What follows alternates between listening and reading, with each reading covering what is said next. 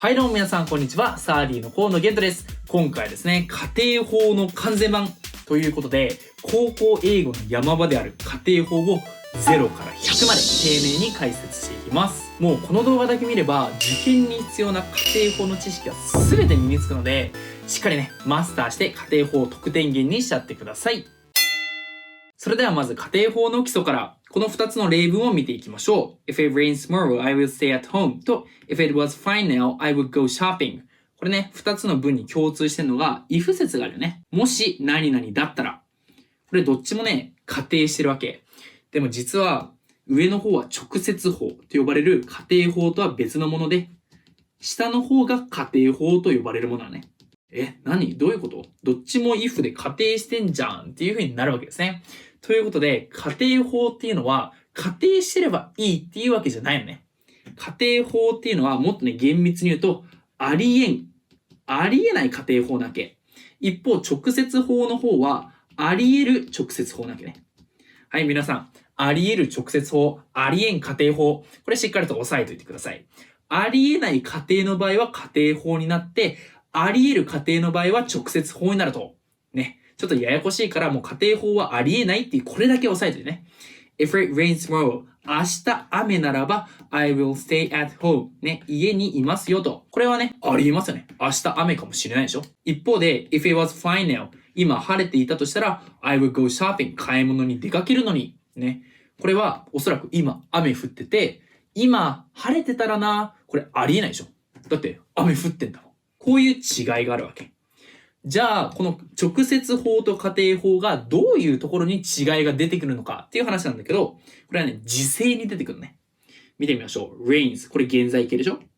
一方で家庭法の方は was。で、過去形と。で、もう一つ。このね、will の部分は原形なわけだけど、この would。ね、助動詞の過去形。こういうふうに直接法と家庭法の違いっていうのはあり得るかあり得ないか、ね、その過程があり得るかあり得ないかなんだけども、その形として現れるのはこういうふうに現在形か過去形か、原形か助動詞の過去形かっていうところに現れるんだっていうことを押さえておいてください。よろしいかな？超大事。if 説の中は過去形になって、もっと大事なのがこの主文のとこね。if 説の外側のここに助動詞の過去形がある。これがね、実は一番重要。これが一番重要。これがね、一番重要っていうことは後で見ていきます。助動詞の過去形がすごく重要。じゃあ例文。If I were you, I wouldn't do such a thing. ね。if 説があるでしょ？で、I wouldn't do such a thing. ここでね、着目してほしいのが、これ過去形でしょ？で、would、助動詞の過去形。これがね、何を言ってるかというと、もし私があなただったら、ありえんよね。ありえん家庭法でしょ？もし私があなただったらありえないから過去形にして家庭法を表してる。I wouldn't do such a thing. 私はそんなことしないのになぁというふうになるよね。で、一個ね、注意なんだけど、ここ、I の部分だったら was のはずでしょ？ If I was you のはずなわけ。でも、これ実はね、もちろん was でもいいんだけど、were でもいいのね。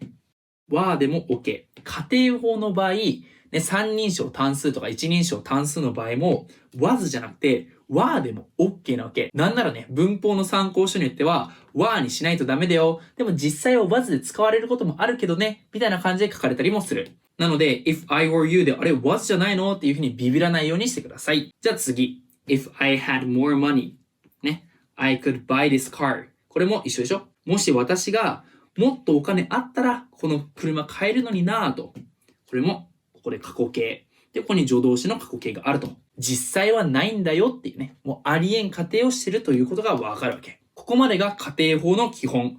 これをね、よく家庭法過去っていうふうに呼ばれたりするんだけど、簡単に言うとありえん仮定なら過去にしてね。助動詞の過去形とここの過去形っていうものを使ってあげることによって表現してあげてくださいねと。じゃあ続いて、家庭法過去完了。なんか完了苦手なんだよなーって思う方。もうね、難しい表現。これもう無視して大丈夫。やってることはすごく簡単。例文見ていきましょう。If I had left home earlier, I could have gotten the train. ね。if 説があって。If I had left home earlier. もし家をもっと早く出てたら、I could have gotten the train. 電車に乗れたのにっていう風になったわけでしょ？で、ここでね、時制に着目してほしいんだけど、had left。これね、過去完了になってるでしょ？ have プラス過去分詞の have が過去形になってるから過去完了と。で、こっちの方も助動詞プラス過去形があるわけだけど、その後ろが現在完了形になってるよね。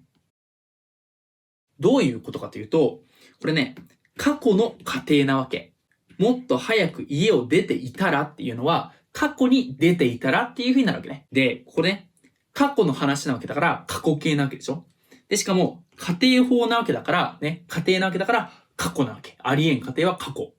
とすると、過去と過去が二重に重なるよね。そういう時に何をしたかというと、これね、過去完了っていうのは、要は大過去として存在してるわけ。まあ、例文としてはこういうものがあるよね。When I arrived, the party had already ended. 私が着いた時には、the party had already ended. ここ過去完了なんでしょ。パーティーはもうすでに終わっていた。私が arrive した、到着した時点っていうものは過去なわけだけど、パーティーが終わったっていうのはさらに前でしょ。過去の過去。大過去。これを表すために過去完了になってると。そういう話がそのままね、適用されるわけ。で、このね、could have gotten のとこでも同じようなことが起こってるね。could はこれ助動詞の過去形でしょ。で、過去のことを表すときに助動詞の過去形で表すんじゃなくて、この後ろに現在完了形を持っていくことによって、昔の話ですよということを表現できたね。例えば、I should have left home earlier とかね。I should have left home のとこで should プラス have left。で、もっと前に家出てたらよかったのになっていう後悔を表そう。まあそういう話と全く同じことが起こってるわけ。だから過去のものを仮定するときに大過去だから過去完了。助動詞の過去形で過去のことを表すことはできないから現在完了を後ろに持ってくる。この話は別に仮定法の話に限った話じゃないんだよね。じゃあ実際にこの次の例文を見てみると、If I had had more money, I would have bought a car. ね、これも一緒。if 説があるんだけど、ハド誤色って思うかもしれませんが、誤色じゃないね。もし、昔、お金がもっとあったなら、I would have bought a car. ここも、助動詞の過去形プラス現在完了形と。こういう形になってる。ね。車を買ったのになぁと。過去の話をしてるわけ。過去の過程。まあ、これね、原型は have で、これを過去完了形にしたら、ハドになったということね。じゃあ今までの話を複合して、この例文見てみましょう。If I had left home earlier, I would be at school now. これ見ていくとね、if っていうものは、if I had left。これ過去完了になってるね。もし家をもっと早く出ていたら、ね、これありえん仮定でね。もう実際はもう家出てるわけだから。でもっと早く出てたらなーっていうありえん仮定を、過去のありえん仮定をしてるわけだから過去完了形。次、I would be at school now。これは助動詞の過去形だけでしょ。で、ここはね、原形になってるわけ。現在完了形じゃないわけ。で、なぜかというと、これ now ね。今、学校にいるのになぁと。ね、学校に遅刻しちゃったってことだよね。学校に今いるのになぁ、もっと早く出てればなぁ。こっちは今の話をしてるね。こういう風に if のね、従属説と主説の部分の時制が異なるっていうことがあるわけ。でもその場合も今までの話を組み合わせてあげれば、こっちは過去完了形で、こっちは普通に助動詞の過去形だなっていうことは理解できるんじゃないかなと思います。ここでね、再度確認しておきたいのが、助動詞の過去形っていうのがめちゃくちゃ重要っていうこと。なぜかっていうと、実はね、if 説がない場合っていうのがあるんですよ。それを見ていきます。if 説のない仮定法。例えばね、Without your help, I couldn't finish my work. これね、Without your help. あなたの助けなしでは I couldn't finish my work. 私の仕事は終わらなかっただろうと。これって Without your help. あなたの助けがなかったらっていうのは実はありえん仮定でしょ。これ if 説じゃなくても仮定を表すことができるわけ。そうするとね、この主説の方を見てほしい。couldn't。これ助動詞の過去形でしょ。だから、ここの中で仮定法っぽいところっていうのは、このね、助動詞の過去形しかないわけ。裏を返せば、助動詞の過去形を見たら、必ず、仮定法なのかなっていう風に反応してほしいよね。だから、この文章を訳すときも、仮定法っぽく、もしあなたの助けがなかったとしたら、ね、もしとしたらっていう風につけて、私は仕事が終わらなかっただろうっていう風に訳してほしいわけね。じゃあ同じように丸に、with your help.I could have finished my work ね。あなたの助けがあったら I could have finished my work 私の仕事を終わらせることができたはずだと。これは結局ね、ありえん仮定を表してるわけ。あなたの助けがあったら、これがね、ありえん過程を表してるっていうのがなぜわかるかというと、ここね、could have finished。ここに助動詞の過去形があると。で、その後に現在完了形が続いてるよという話。これによって、過去の話をしてるんだ。ね、過去のありえん過程をしてるんだっていうことがわかるわけ。同じように、he stopped smoking, otherwise he would be sick。これもね、彼は喫煙をやめた。そうじゃなかったら、彼は今頃、sick、病気になっていただろうと。これは、このね、otherwise、そうでなければっていう単語なんだけど、この単語一語に過程の意味が加わってるね。ありえん過程。で、彼はだって喫煙したんだから。もしそうじゃなかったらっていうありえん過程して、その後に助動詞の過去形がついてるわけね。もう助動詞の過去形めちゃめちゃ重要でしょ。助動詞の過去形があったら絶対過程法を疑わなきゃダメということ。で、丸4。これがね、すごいね、面白いんだけど、A wise man would not do that.A wise man、賢い男 would not do that.賢い男はそんなことしないよ。ね、そういう風に訳したらね、減点されるね。なぜかというと、これね、助動詞の過去形あるでしょ。これ実は仮定法なわけ。賢い男だったとしたら、そんなことはしないだろうっていう風に言うの。ここに仮定の意味が含まれてるわけね。賢い人ならと。これがなぜね、仮定の意味が含まれてるか分かるかというと、ここに助動詞の過去形というね、仮定法のマークがあるかと。そういう意味で助動詞の過去形っていうのはめちゃくちゃ重要なわけ。こんな感じで if 説がない場合もあるんだよってことを押さえておいてください。補足にね、without っていうのは but for と全く同じで but for your help でも同じ意味を表すということも押さえておいてください。じゃあ続いて、仮定法の慣用表現。これはね、超定番中の定番だから、もう丸覚えしてね。例えば、if it were not for A っていうものは、これも if it were not for A もうこの単語でこのね熟語何回も音読してほしいんだけど if it were not for なんとか、これは without A と一緒だからさっきのね例文で言うと if it were not for your help っていう風に言い換えることができるわけ。参考として過去の話に持っていくと were の部分が過去完了になるわけだから had been でね。だから if it had not been for A っていう風になるわけ。よろしいかな。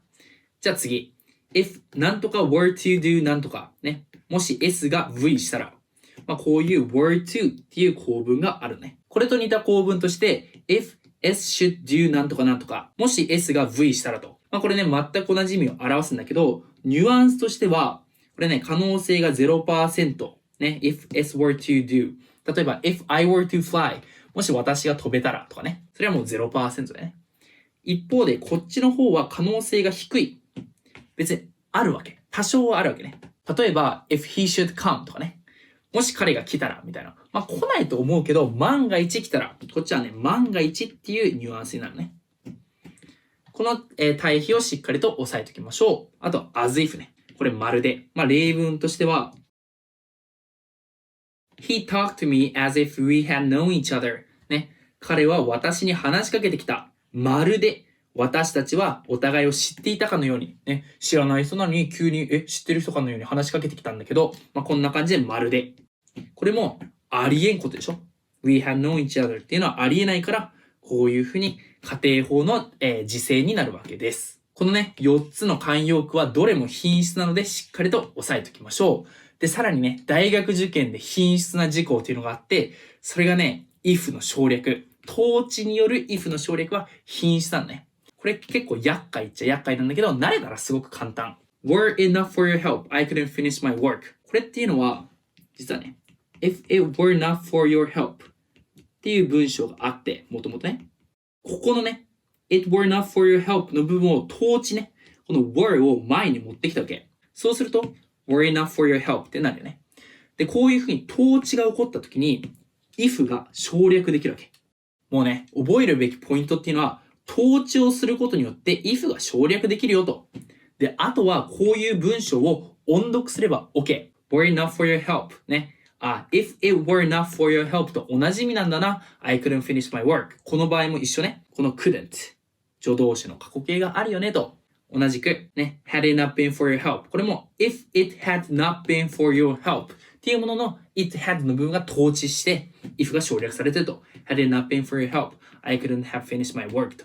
同じくこれも were I to have much money。これも if I were to have much money なわけね。if I were to。この I と were を統治が起こって were I to で if が省略されてると。次、こっち。if you should have any questions も you should を統治させて should you have any questions ね。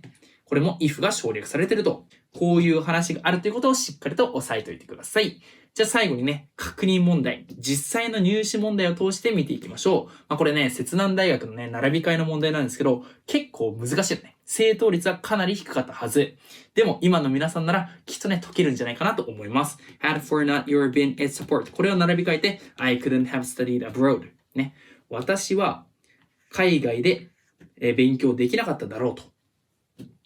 じゃあどういうふうに考えるかというと、これね、助動詞の過去形で現在完了形があるわけだから、仮定法を疑うよね。